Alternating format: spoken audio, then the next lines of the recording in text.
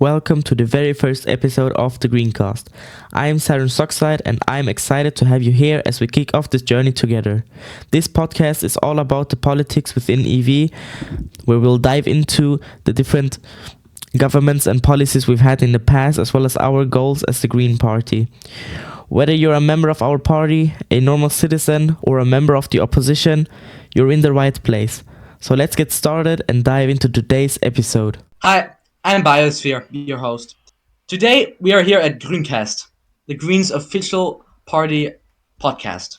Today we have a lot of interesting people here who will be debating a lot of current situations we have going on in the world of Eiserner Vorhang.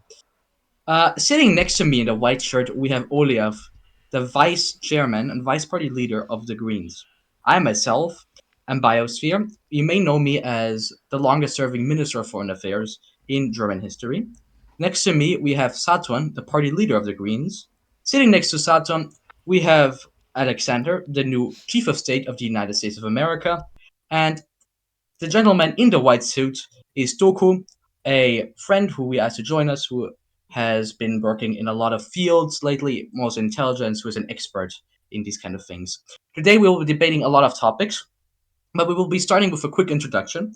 Everybody here will, in a few short sentences, introduce themselves to the audience, and then I will start with handing out the first topics we'll discuss. This will be a free-based discussion. Everybody can talk how they will. We'll hopefully not run into many discussions, keep it civilized and nice. Olaf, you start. Hello, my name is Olaf. I've been in EV for like almost a year, I guess. I've started in the Soviet Union and later on defected to the West. I think I went to the United States of America, and then I firstly got into the BRD, and I've been in the BRD since Hello, then, I am and I Alexander, never current left Chief of State of the left it, USO, I guess. founder of Delta Force My name is and Siren Sockside. Spetsnaz, I am hero the of the party leader of the USSR and Greens, USA. former Thank you. chancellor on behalf of the SPD. I joined West Germany and EV overall in February of this year. I have always been in the West. I am still in the West, and I plan to stay in the West. Thank you. We'll move on to Alexander.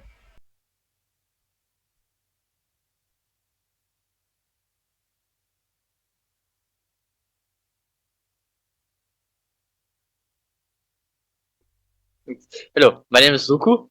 I joined EV with Olaf in December of last year, and now I'm here with these guys in the Grüncast. Yeah, What did you do so we met? What were your I've been positions? hopping around nations, but I've been in kind of everything. But now I'm in the USA. Yeah. And I'm Biosphere. I joined in October of 2023. I left about 3 months ago. I'm here to support a few friends.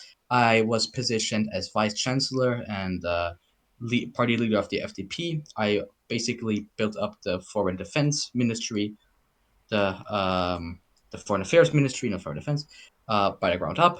I got it the group, I got it documents, I got it the rank system, blah blah blah, and I am very happy to just help a few friends, help out this podcast, and give my minds and opinions to the current politics of the current status of the whole world right now. And back in the BRD, we had if you didn't read the bill, my whole idea was if you didn't read the bill that was going to be proposed during that session, it's going to be your fault. But a lot of speakers or a lot of presidents have been lenient on that situation. Just left people, yeah, we'll give you 5 minutes to read out the bill. Like, what are you have like 24 hours or more, maybe a week to prepare for a session. You can't even read a document for 3 minutes. Well, Bias, I mean, it is good to get a refresher before you vote on something. So I think it's better if you read it once again during the session before you vote on it. That way you can be sure that you're voting for the right thing and that you remember what you're voting for. What is your opinion on the B guy? I don't know a lot, per se, about the current affairs that you have been experiencing with me, but my history in me has been going way bad. We met before most of you ever joined EV. We met in Seoul back when Seoul was open first with the snazzy blue suits, and we would They just run sucked. around and look at the board and just ask for ID. It became a stereotype, like, "Oh my god, it's Seoul! Seoul wants to ask you for your ID. Run away!" Ooh. It was a pretty funny time, and we met back then, and me was actually pretty high up in Seoul. While I myself focused on more politics, just got myself a rank above trainee, so I didn't have to do any trainings or anything. It just I was secure. I did my logs, whatever. So I would stay in, have some fun. You know, it was politically a little bit profiting. You could say I'm a toll officer. I fight here. I go on the street. Blah blah blah. Whatever. And that's how I and me met. Me back then joined the CSU back when Nintendo was still party leader and chancellor. When me joined, he was basically a rising star, you could say, because nobody was ever active. Then Nintendo left, and everything kind of died down. And me was the only guy who was really keeping the CSU alive, you could say. He was the only guy who was really doing anything. He wasn't alive. He was the only guy doing anything. There was nobody else. Didn't he Okay, abandon fast forward a it bit. to go to the UK? Or how did That's he what I even? wanted to get on right now. Back then, me actually abandoned the BRD to go to the UK. There, he was like Archbishop of the Church of England and leader of the Conservative Party. Well, what I get mad the most, I don't know if he stopped it, but I remember it a while ago. Me used to talk about his running of the UK as some sort of blessing, as some sort of I was a perfect prime minister or something. He was prime minister. He was horrible. He won an outright majority. The next election, he got back with two constituencies. He basically lost 50% of his entire election. He had a coalition with another party, and that failed horribly. He talks about like he was running the UK into some glorious state as everything was better there. No, it was worse. It was horrible at the time. I can remember the vivid times when the weird things he would do. His party was in shambles. He would have to deal with Aluminium, who was annoying on that sense. He couldn't get anything done, passed or whatever. And if it would basically need the approval of the king. Back then, the UK system, I don't know about the UK system, but we basically knew that starting dialogue with me was good because he was the PM and he had power. But if you wanted something done, you got to talk with the king because the king had more power than him, which in a parliamentary democracy, as the UK is or should have been, is in that sense not okay. Now, right now, as the UK we have right now, it's way better back then. But you know, you couldn't trust me. Nobody trusted me in the UK, and I'm gonna say I was blind because I trusted him. I Me think left the UK. Yeah, what do you want to say? I think we should also come back to the topic to about the United Kingdom because I think it's a real issue. Like most of the times, I mean, I've been in the BRD for a long time now, and while you were MOFA, the UK have already been pissing off the BRD, Yeah, just locking down the that was how we checkpoint met. and You know, doing that every was how we yeah, met yeah. because you were in BND and I was foreign affairs minister in the UK, which just get increasingly mad that you were basically doing your job and stuff. It was insane. At the same times with Angarica, I don't like Angarica. But he was just basically getting bullied by the king at that time. Oh, Angarica, oh. Horrible times. I'm pretty sure it's better right now, but you know, glad it's over. I haven't Basically, seen me that just much got back UK. to the UK. Me just got back to the UK because I invited him. I gave him an ambassador position when I was MOFA, and he took that as a job. If I wouldn't have given him a position, it could have been that he went to the US or somewhere else. But you know, gotta fix my mistakes now. Basically, me is chancellor right now, and it's not looking good. He his party, the CDU, just got Cody back in, who basically started a military dictatorship halfway through his chancellor and would get kicked out by the allies. Weird times, I don't say, but you want an ally of Cody to be chancellor? I'm not sure. I mean, the coalition he's running with CDU, CSU, FDP. I don't know.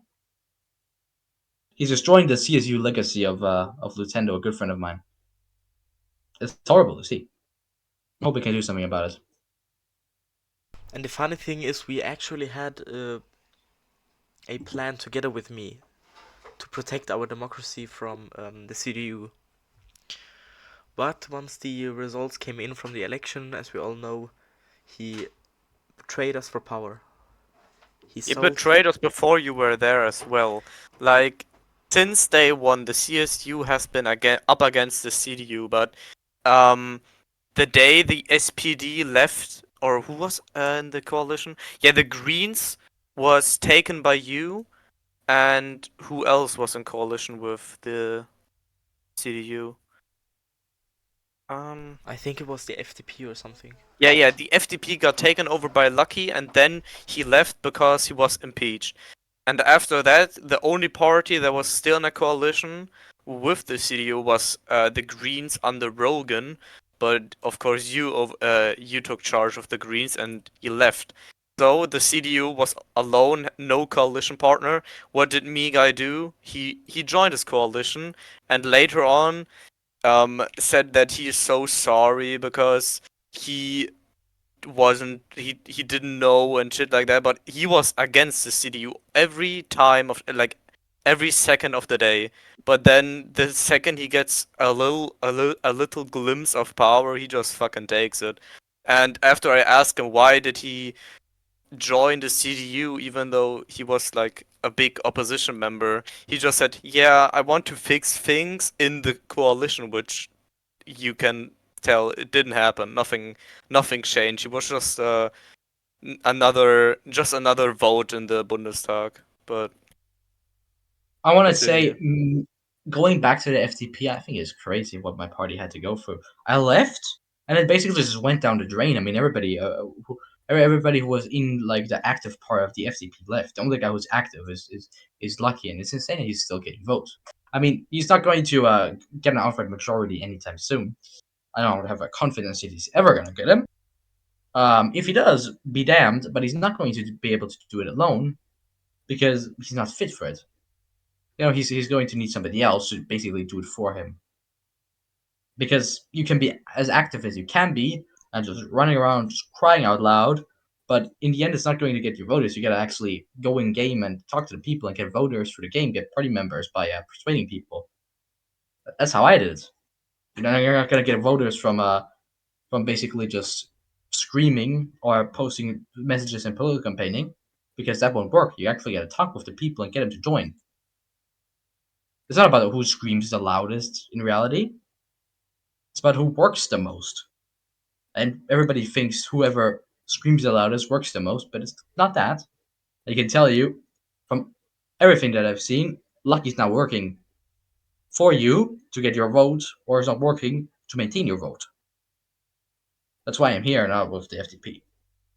It was basically when I was yammed by the Iraqis, they wanted a deal, negotiations failed, and I was a bit angry. So I wanted to basically, and hold me accountable for this, forcefully invade Iraq because it was a dictator. The guy was a dictator. And when I invited me to basically democratize Iraq, his whole plan was, oh, just get the oil. Just go in, get a pro UK dictatorship, pro NATO dictatorship, and get the oil. And I was saying, no, we gotta get a democracy in there, or it won't work. Stability. I said, no, just invade. And then the whole false flag operation started. I was in the GC, I saw it all happen. We were in there, and he was saying, "Oh, we'll just the next terrorist attack that happens like near me, we're gonna blame it on the Iraqis." And that was how the whole thing happened. It was a crazy situation, and I pushed it through the Bundestag. Hold me accountable for that. I pushed it through the Bundestag. I went up there and said there were terrorist attacks that happened against us, against the UK, against our allies. We're gonna help them, and that's how the war started against Frankie and Lutendo. And Lutendo, listen to this. Lutendo is still helping me.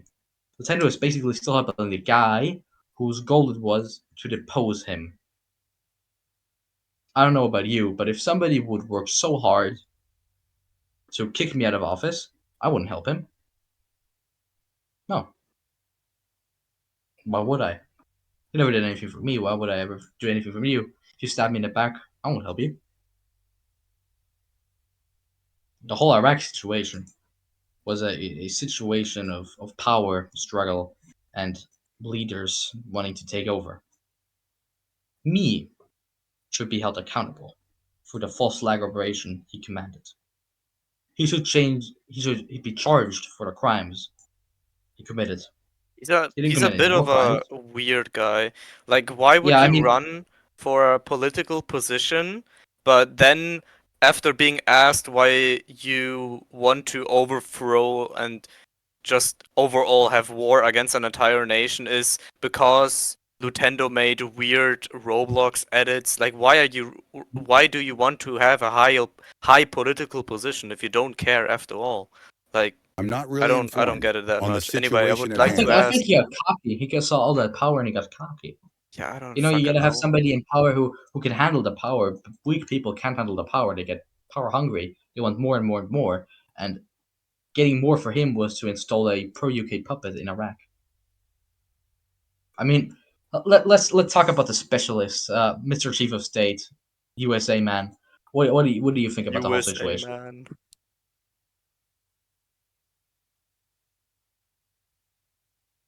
Well, if you want, I'll be happy to send you a few screenshots. I am still in that GC where we planned the whole thing.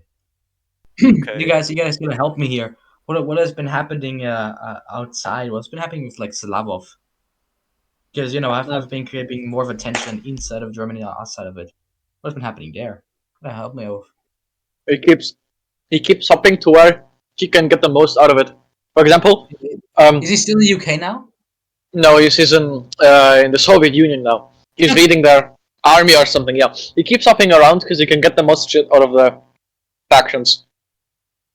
I mean, that's what I've been got the most mad. I've been in in West Germany basically like my whole career, and I've not hopped because I think the most valued thing is not experience, it's not power in this whole community, is loyalty. When you can find somebody who's totally loyal to you, you win every election.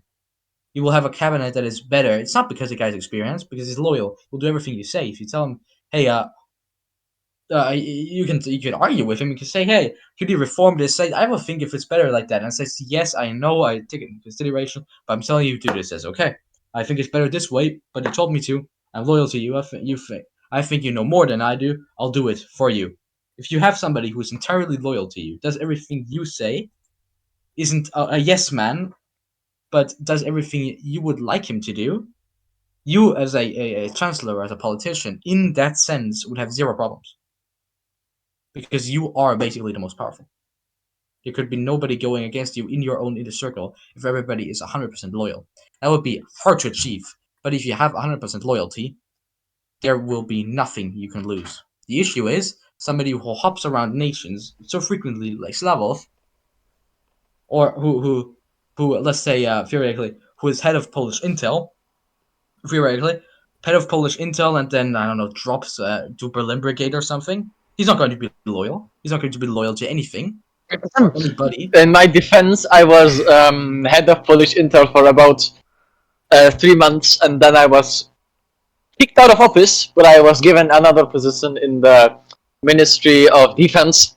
So I was having a job directly, but the thing is, I left because it was getting boring, and the how do I say this? The Polish group staff wasn't really engaging. That's Oxy gave zero shits about EV in Berlin. So we had Anomalous to work with, who was a fucking troll who did nothing but just meme around, so we couldn't open shit, we couldn't set shit up.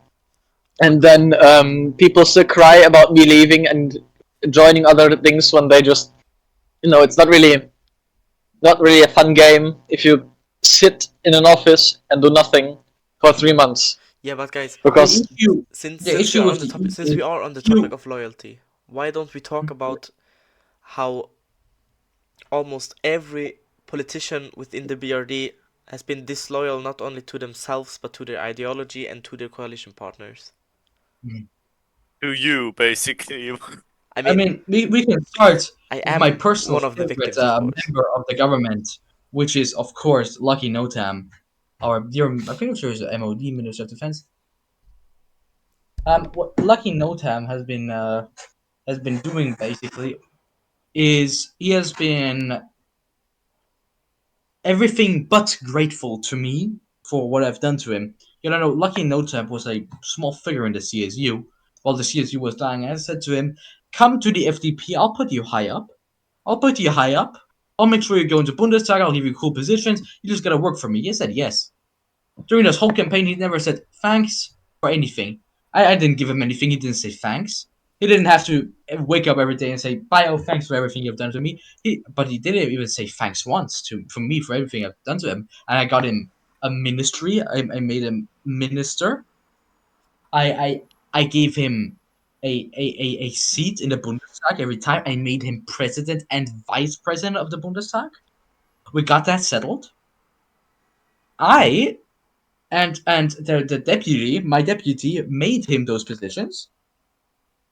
Without me, he would have been nothing. Without me, he would have been stuck in the CSU. Without me, he wouldn't have any position. But without me, there would have been nothing going on. But in reality, now he's everything but grateful. It was working against me, calling me a bastard, a bitch, or whatever. Calling me that I've been mean to him his whole life. Dude, look around and think how he got there. He didn't get there because he worked so hard. No, he got there because I saw potential in him. And I made him get there. But I was wrong. There was no potential in him. There was only negligence. That's all I have to say.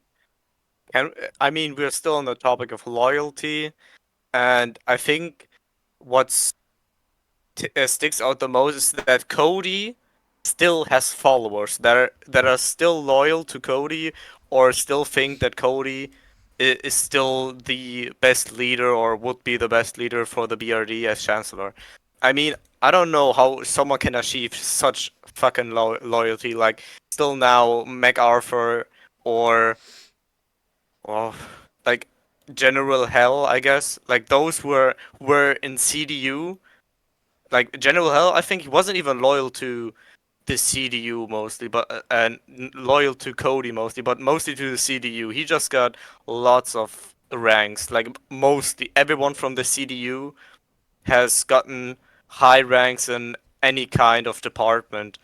The I think the private company that whoa the private company that Cody owned, the DG, has like a lot of CDU members. All of the CDU members had like senior employee or something. Then he had his own like his own news channel, his own private military that was owned by his lapdog Zwilder, who now left to East Germany. That is I even don't. more funnier. Yeah, So yeah. so so Swilder, who kept whining about communism, how it's bad for everyone, how I am a communist, how Olaf is a communist, whilst I have been loyal to the BRD ever since I joined. I have never defected anywhere. I have never pushed communist ideals. Then, when the coup happened, Swilder decided, well, woohoo, let's go to the east. I mean, that just shocks me how people can sell themselves for power. It's just shocking. I would also like to say about the loyalty to Cody. Bricky Boy and MacArthur both are now in the FCC and have kind of decided to get Cody out of jail for what reason ever, because they say he wasn't a dictator, he's not a criminal and shit like that. But bro, why did we coup him in the first place? These guys are both in the CDU. They were in the CDU when Cody was around, and they are not loyal to the CDU, but rather to Cody himself. And I think even after Cody leaves this group and they're still here, they will still say that Cody was the best and they would like him back. I mean, that's what most people do to their favorite chancellor. But even if he would defect to East Germany, they wouldn't stay in West Germany, but they would come with him probably to support him. and Yeah. vote him, I guess. To them, it's not about What ideology you're talking or about is not loyalty. pushing what they believe. It's a personality cult. Cody has got Yeah, basically a cult for him. It's just a cult. It's insane. What are you gonna do about this, Doug?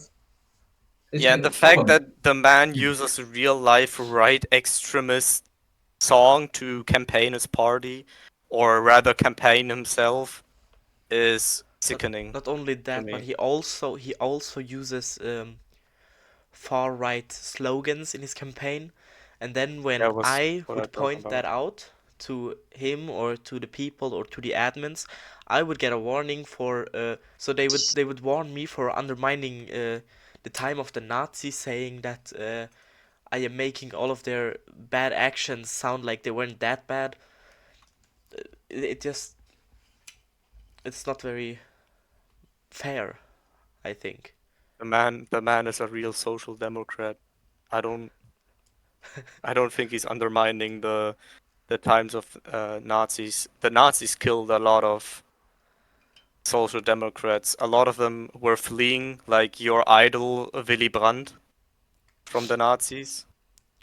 Yeah, Willy Brandt actually had to flee from Germany using a fake identity. That's why his name is Willy Brandt. I think he fled to Poland or something. Ich glaube, das war Es Norwegen. war Schweden oder Norwegen. Yeah, somewhere in the Nordic countries. The Scandinavian countries. Yeah. And the thing with Willy Brandt was he came back after the Nazis were done, and he actually helped rebuild his country.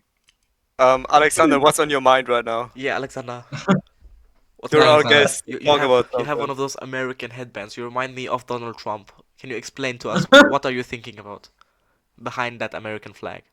Managing the USA. The USA does not need managing. Yeah. I mean, yeah, it was a joke. The USA is The only thing that doesn't need management in the US is the market. That's free enough.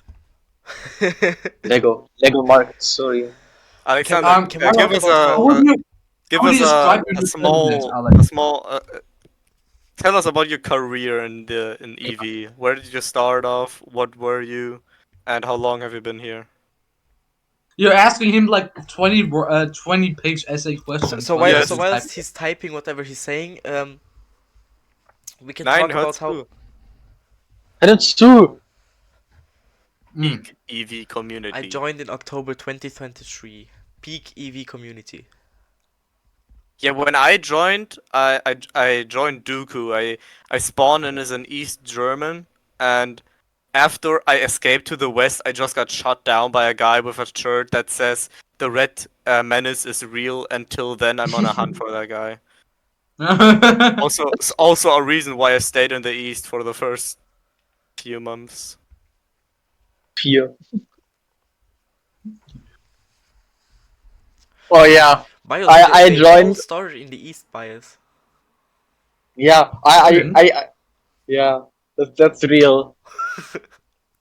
Back when Rosenhart was cooped, that was like around the time I joined. I remember the first time when I was joined in. I was running around, and you know who picked me up and drove me got me defected me to the west? Andreas. Yeah, I just Andreas? remember being shot down by Stasi agents and being killed after fleeing to the West. So they did. I mean, both sides didn't like me, I guess. And then I got fired from KGB because Oh yeah. I wanted to do my job, and he just said, "No, you're not." Fucking dumbass. Fuck Vox. Voxalis, fuck you. Mittelfinger geht raus an Vox. Du Hurensohn. Dummer Nuttensohn, aber ohne Spaß, richtiger dummer Nuttensohn. Ey, Digga, Der hey. war ohne Spaß. Größte Yeah. Nuttensohn, ganz Yeah, genau, ne? Guys, in English, please. In English, Yeah, please. what was the name Niggas, again of Son of the... a bitch in EV. Augusta. Oder wen? Ja, Augusta, die dumme Fotze, Alter. Augusta too. Fucking bitch. We joined KGB. Hold on, I still have the DMs. We joined KGB. We joined KGB, and then blah blah blah. We're in Haras first directorate or something. It was just KGB was starting to set up and shit. We had people. We had like 5 or 6 people. We were in the thing in first directorate, and then after some time in KGB, she tells me that she's gonna put me into the second directorate, and then she wrote this essay about me not being fit for first directorate, and then I asked her what exactly the second directorate do, and she said I don't know. And then she said, yeah, it was Vox decision, blah blah blah. Then I'm second directorate, which was counterintelligence. I tried to do my thing. I bring Olaf with me, and then he gets fired for trying to do his job, and then my job gets stolen by was it the West German Chancellor who defected? Yeah, the Serbian fucker.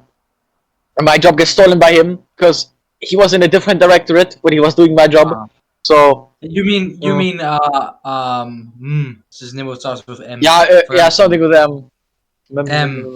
Like he with Terra Watch, he's a Serbian, like Maxim Skachov. Yeah, Maxim, yeah, it was Maxim. He was leading the Maxim, guarding directorate, and he started doing my job because he had this whole like spy network in the West, and he had people testify against shit and leak the documents and all that stuff. Basically, and my job was to bring them in and make sure they're not spies, but he did that for me for some reason, and KGB had no problem with that. So that was really not nice. So I dipped to BFV, I think, and yeah. We went to the CIA first, and then we went to... Exactly. We went to CIA first. Then after that got shut down, we went to VFV. Then I was offered a position in the UK, and I got accused of spying. Yes, because you sent one screenshot. I sent one screenshot of a fucking it was some Texan guy fucking jumping around. I sent that into the BFV server, and then everyone told me I was a spy for them and shit. So I got a lifelong arrest warrant, and I defected back to the KGB. And then I was a while there, then to the west again, then to the east again, and now I'm in the west again. Yes. How are we gonna improve? How are we gonna take down the cultists? The cultists. The cultists. The anarchists, the agitators, the communists. How do we take down the modern... Like, well, it's easy. It's been going like this for a while now. Everybody is starting. We have the extremes going up. The communists or the fascists, they take over. The idiots, they say, I will make this country better. Then they get in charge. Then they fuck up the country so much. There's unrest through the people that a coup gets started, or a coup is in plan, but it gets overshadowed by a coup that is already going on, which has been planned like a day or two by the United States, and then the Soviets also support the coup of the US, so whole of NATO and separatists from the East invade the West Germany. And in the end, what happens is that Germany just has to make more concessions. Like when Angarica was deposed, the US demanded from us, for our liberation, more zones of occupation, and per treaty, I don't know what it is now, per treaty back then, checkpoint from the road from the intersection to the intersection, or the bigger road at checkpoint Charlie, is all US property per treaty, and the whole US zone sector got way expanded because Angarica got couped. Basically, what all dictators achieved now was a reign of terror, then they got kicked out, and it just made Germany weaker. And that is my message to everybody who thinks that their form of extremism can make it better. We had it in 1945. when Germany got smaller after Hitler took over. We had it in 1918 after the monarchists fell, where Germany got smaller. We had it about 2 months ago, where Germany got smaller because Angelica fell. The dictators are just making Germany weaker, while they say they can make it stronger. There's been no successful dictatorship, and we sit here and we realize this. We realize that dictatorship is not what the people want. We realize that dictators just want to take away the rights of the people and promote themselves, and we work for the people. That's why we're different than everybody else. Everybody wants them in charge because they think they can do best, but we want to be in charge because we know we can do the best, not for us, but for the people. And that is what a politician is. A politician is not a person who promotes himself. A politician is a person who works for the people. And that's what the FDP, the CSU, the CDU, and the SPD do not understand. They don't understand that you have to actually help the people. You have to talk with the people. You can just sit around, spew your messages, and pull campaigning every hour, spam them. You're not going to win an election like that. You have to talk with the people. We have to have excessive dialogue. And what I've learned as my Minister of Foreign Affairs, you can't just have radical policies like a anti-Western foreign policy, because right now, and as a fact, the West has been the best at making the world a safer place for us Germans. And I sincerely hope, and from what I know about Alex, he's going to keep Germany. If the German government is pro-Western, he's going to protect Germany. And the Greens are going to help and work together with the West, with the United States, to keep Germany safer. Then there is a communists who want to basically destroy the nation by nationalizing the market. We don't want that. Saturn here has been crying out as a social democrat. He has been called a communist or a socialist, and I can tell you this. I have known enough about him to know that he's a stone-hard capitalist. He just thinks that the market shouldn't be helping the strongest or the elites, that it should be fair. Saturn doesn't want to regulate the market. He wants to just make it fairer. He wants to impose new laws to make it fairer. Reform, not regulations. That's debunking calling Saturn a communist, calling us fascists or communists, and why the other people aren't necessarily fascists, communists, nationalists, or socialists, but they just don't work for the people. And in full honesty, do you want somebody in charge who couldn't even lead the UK and says it was a successful prime minister? He was a successful prime minister after he lost the election by like 50%. You want somebody in charge who calls himself a conservative libertarian and basically shouted out Islamophobia a few months ago. You want that person? You want Wojowski, who I don't know what he's even doing. I think he's just sitting around, just sleeping on everybody. Or do you want the CDU, who is more involved with sucking Cody's dick off and getting him back than actually helping the country? Or do you just want us? We're not heroes. We are not soldiers. We're just decent people who want to make the world better. And that was a lot of the obsession, basically just find out that in the end, everybody was in government once. And if you look at the track record, they're all horrible. But if you look at us in government, there's a good reason why I was 6 times Minister of Foreign Affairs. Because I actually understood what the people wanted. And I actually knew that I had a good field of knowledge. And I wanted to expand on that. And that's why we're not going to let idiots like in the FDP, CDU, CSU run any ministries. Where we're gonna have actual smart people who actually know stuff about their ministries run those. It sounds easy, it isn't. And coming back, we need a competent chancellor. We don't want an idiot who has never been chancellor, who doesn't know, who is inexperienced to run it. Let's actually take somebody who knows how it is to be chancellor. And how many chancellors already said, "Nah, I don't want to be chancellor, stressful, whatever." One guy who says, "I can do it. I can do it again." And that person is sitting right next to me. That's Saturn's Oxide. And a person with so many chancellors that have told me, like Maxime or Lutendo, who said, being chancellor, it's exhausting. I don't want to do it anymore. Like Fallen Sparta, who quit because he couldn't do it anymore. Said, I don't want to be chancellor. I hate it. I quit. Then you have somebody who says, I was fine. I was good. And I want to do it again. That's the person we want. A person who's motivated at sorts. Motivated because he can make the nation better, not motivated because he can further himself like the other parties. Let that sink in. Just think about the motivations we have, and that's what it boils down to at the end. It boils down to motivations. who is motivated to do what in the end. And we are motivated to do everything to keep you free, independent, this nation democratic, this nation with a social market economy as it has been now, and this nation Western. Thanks for tuning in to this first episode of the Grüncast. I hope you enjoyed the conversation and found something valuable to take away. If you like what you heard, be sure to subscribe so you don't miss future episodes. And if you have any feedback or topics you'd like me to cover, feel free to reach out. I'd love to hear from you. Until next time, keep learning, stay curious, and I'll catch you in the next episode.